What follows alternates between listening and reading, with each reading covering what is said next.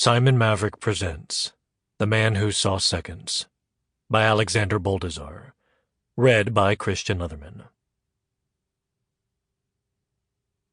For Samson, of course, and in memory of Tanya, though time gives me hope, it's never just memory.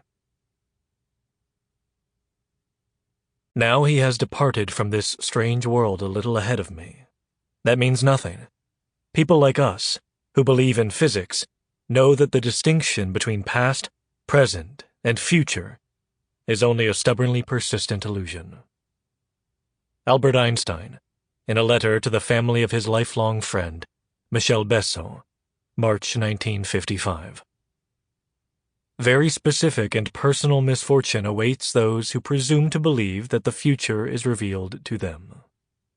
John Kenneth Galbraith, in The Great Crash, 1929.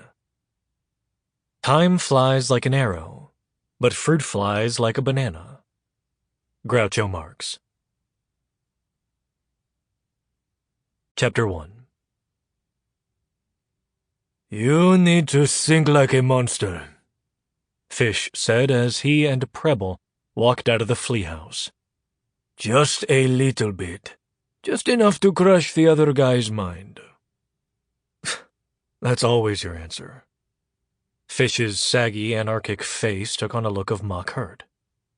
"Chess is war. For you." This was an old debate that Preble Jefferson found ironic, given their preferred styles.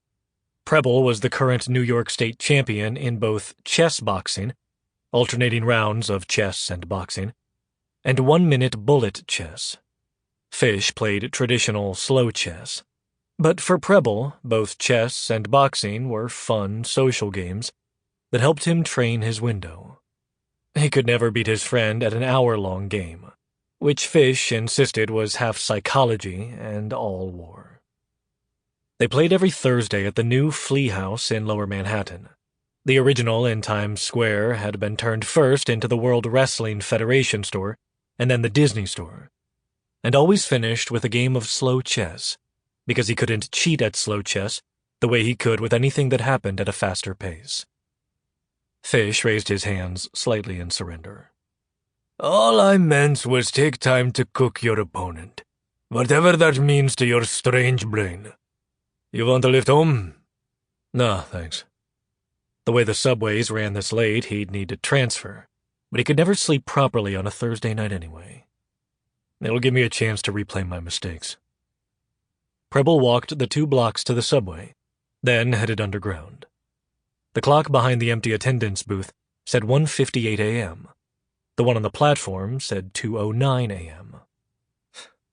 Why would you need 2 clocks if they told the same time, right?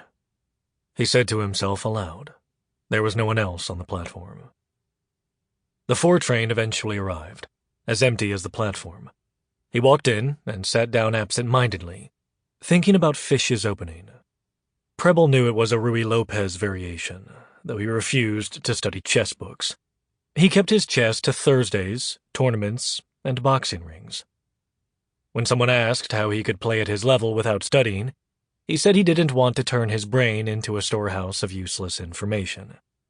It was true to a certain extent, and offensive enough to other chess players that it cut off any further questions. But Preble's real reason for not studying was a personal sense of ethics, not anything strictly rational. Since he already had one big advantage, he felt he should counterbalance it with a disadvantage.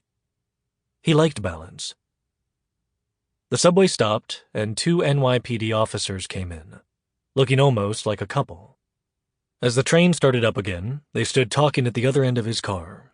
Preble was always happy to see cops making their rounds. He would never need them himself, but when he and Jane had first moved to Williamsburg, the neighborhood had still been rough. They'd moved in just as the very first wave of lawyers and investment bankers had started to drive the artists out to Berlin or Detroit.